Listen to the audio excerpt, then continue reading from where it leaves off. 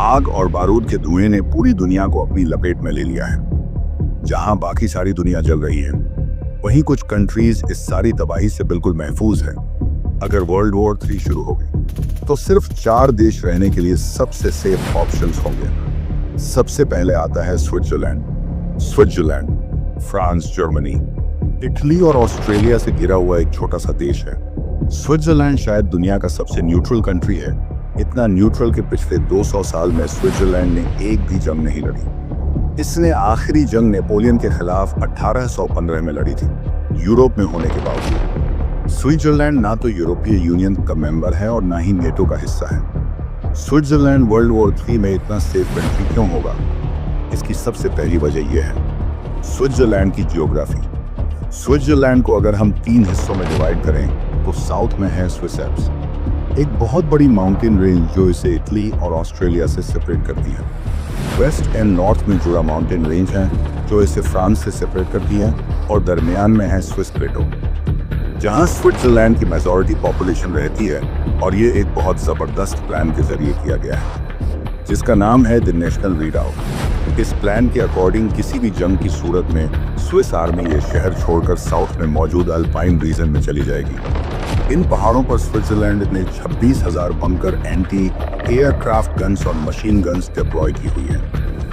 यह जगह इतनी सिक्योर है कि आसमान से इसको स्पॉट करना बहुत मुश्किल है और जमीन से इसे टारगेट करना तकरीबन नामुमकिन है। इसके अलावा हर रोड, ब्रिज और टनल को ऐसे डिजाइन किया गया है कि किसी भी हमले की सूरत में सिर्फ एक रिमोट कंट्रोल बटन से इन्हें उड़ाया जा सकता है, जिससे किसी भी बाहर की आर्मी के लिए स्विट्जरलैंड में मूव करना बेइंतहा मुश्किल हो जाएगा।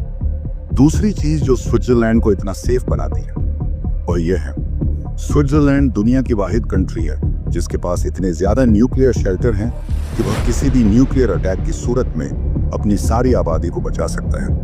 1978 के बाद स्विट्जरलैंड में यह लॉ बन चुका है कि हर रेजिडेंशियल बिल्डिंग में न्यूक्लियर शेल्टर जरूर होगा जो तकरीबन 12 मेगाटन का ब्लास्ट बर्दाश्त कर सके।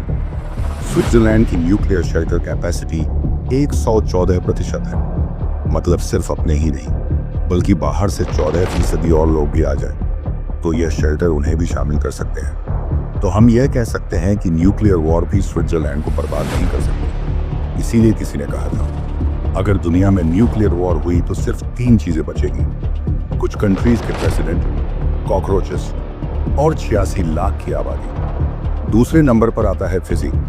साउथ पैसिफिक ओशियन में ऑस्ट्रेलिया से तकरीबन 1700 मील दूर यह है पैसिफिक ओशन का सबसे डेवलप्ड आइलैंड। खूबसूरत बीचेस और समुद्री खुराक से मालामाल फिजी महत्वपूर्ण संसाधन से महरूम है जिससे यह दुनिया की सुपर पावर की नजर में आए। फिजी का कोई लड़ाई का इतिहास भी नहीं है और इसके पास सिर्फ 6,000 लोगों की आर्मी है। दूसरी चीज जो फिजी को सेफ बनाती है वह है इसकी डीप लोकेशन।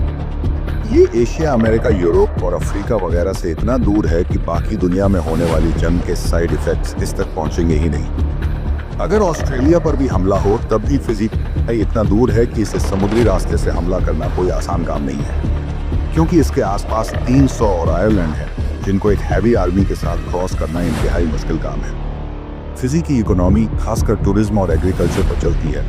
वर्ल्ड वॉर की सूरत में अगर टूरिज्म खत्म भी हो जाए तो फिजी के पास बहुत ज्यादा एग्रीकल्चरल जमीन है और समुद्री खुराक की भी अनलिमिटेड सप्लाई है, जिसकी वजह से यहाँ के रहने वालों को बहुत ज्यादा दिक्कत नहीं होगी। हाँ, पर यहाँ पर रहने का सिर्फ एक मसला ये हो सकता है कि आप दुनिया से इतना कट जाओगे कि वर्ल्ड वॉर कौन जीत रहा है यह जानना आपके लिए शायद बहुत मुश्किल होगा।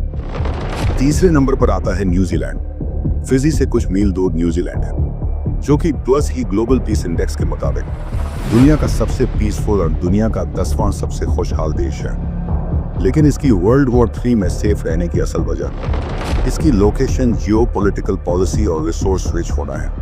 अगर लोकेशन की बात करें तो न्यूजीलैंड फिजी से भी 1600 मील दूर साउथ में है, यानी वर्ल्ड वॉर के एक्शन से और भी ज्यादा दूर।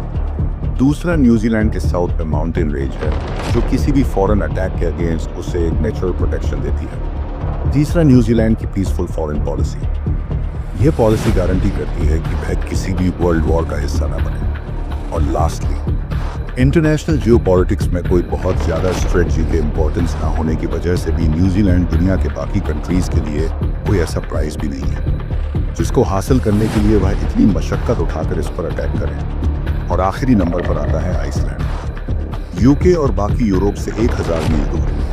यह है कुदरती रिसोर्सेस और खूबसूरत सीनरी से मालामाल अटलांटिक ओशन का दूसरा सबसे बड़ा आइसलैंड। आइसलैंड में दो चीज़ें हैं जो इसे किसी भी जंग की सूरत में एक इंतहाई सेफ कंट्री बनाती है। सबसे पहले तो इसकी लोकेशन है।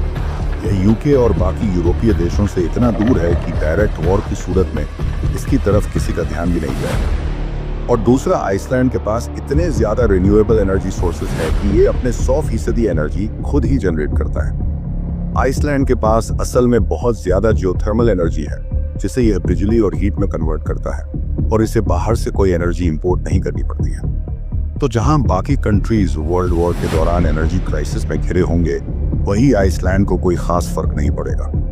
इसके अलावा आइसलैंड के पास बहुत ज़्यादा खाली ज़मीन भी है, बल्कि रीसेंट डेटा के मुताबिक आइसलैंड में हर स्क्वायर किलोमीटर पर सिर्फ 8 लोग रहते हैं, जिसका मतलब है कि किसी भी वॉर की सूरत में बहुत सारे रिफ्यूजी यहाँ समा सकते हैं।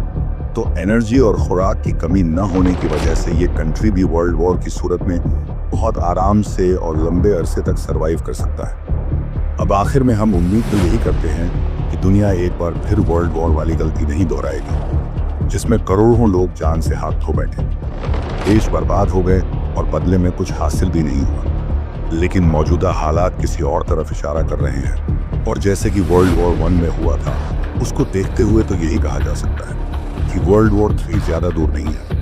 अगर आपको ये वीडियो अच्छी लगी है तो इसे लाइक और चैनल को सब्सक्राइब जरूर कर दें, क्योंकि हमने अभी बहुत से इंटरेस्टिंग टॉपिक पर वीडियो बनानी है। तो आपकी सपोर्ट बहुत ज़रूरी है। अपनी राय नीचे कमेंट में ज़रूर दें। अपना ख्याल रखिएगा। मिलते हैं नेक्स्ट वीडियो में।